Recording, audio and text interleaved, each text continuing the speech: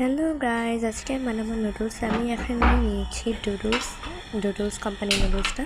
প্রথমে আমরা গ্যাসটাকে অন করে দিলাম, তারপরে আমরা নুডলসটাকে পানিতে ঢেলে দিলাম। ভালো করে আমরা নুডলসগুলোকে বের করে দিলাম। এরপরে একটা চামচ নিয়ে চামচটাকে ভালো করে ধুয়ে নুডলসটাকে ভালো করে নাড়াচাড়া করবো, যাতে নুডলসটা ভালো করে সিদ্ধ হয়ে যায়।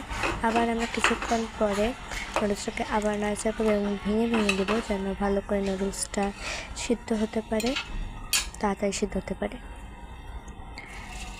তারপরে আমরা এখন দিয়ে দেবো অল্প একটু পরিমাণে সয়া সসটা আমরা একটুখানি দিচ্ছি, যাতে বেশি তেতো না হয়ে যায়। একটুখানি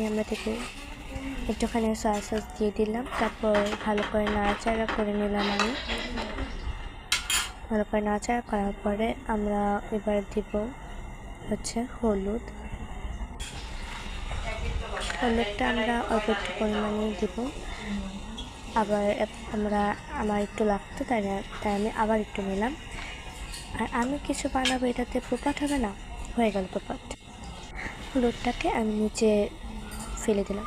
তারপর একটু দেবো মরিচের গুঁড়া, অল্প একটু সামান্য পরিমাণে, বেশি দেবো না, অল্প একটু দেবো, যাতে ঝাল কমে যাবে। তারপর ভালো করে নাড়াচাড়া করে নেওয়া যেন সবগুলো মশলা মিক্স হয়ে যায়। ভালো করে নাড়াচাড়া করার পরে আমরা একটু বাটার দিয়ে দিব। বাটারটা দিলে কি সুন্দর একটা সেন্ট হয় আর বাটারি স্ট্রাকচার আসে।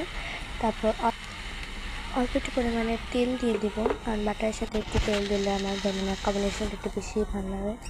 তারপর একটু কাঁচামরিচ দিব। কাঁচামরিচে একটু জল লাগতো, তাই জলটা একটু লাগতো, তাই আমি জল দিয়েছি, কারণ মরিচটা পায়ে পড়ে গেছিলো, তাই একটু জল দেওয়া দরকার ছিল দিলাম। তারপরে আবার আমরা একটু মশলা দিয়ে দেবো। মশলা তো নুডলসের মশলাটাই দিব, ওই মশলাটা দেওয়া হয়। তো ভালো করে আমরা মশলাটাকে দিয়ে নিলাম। এবার আমরা ভালো করে মিক্স করে নামিয়ে নিব। তারপরে আমরা একটু টমেটো সস দিয়ে দিব, এতে আরও বেশি ভালো লাগে, সেজন্য টমেটো সসটা দিয়ে নিলাম।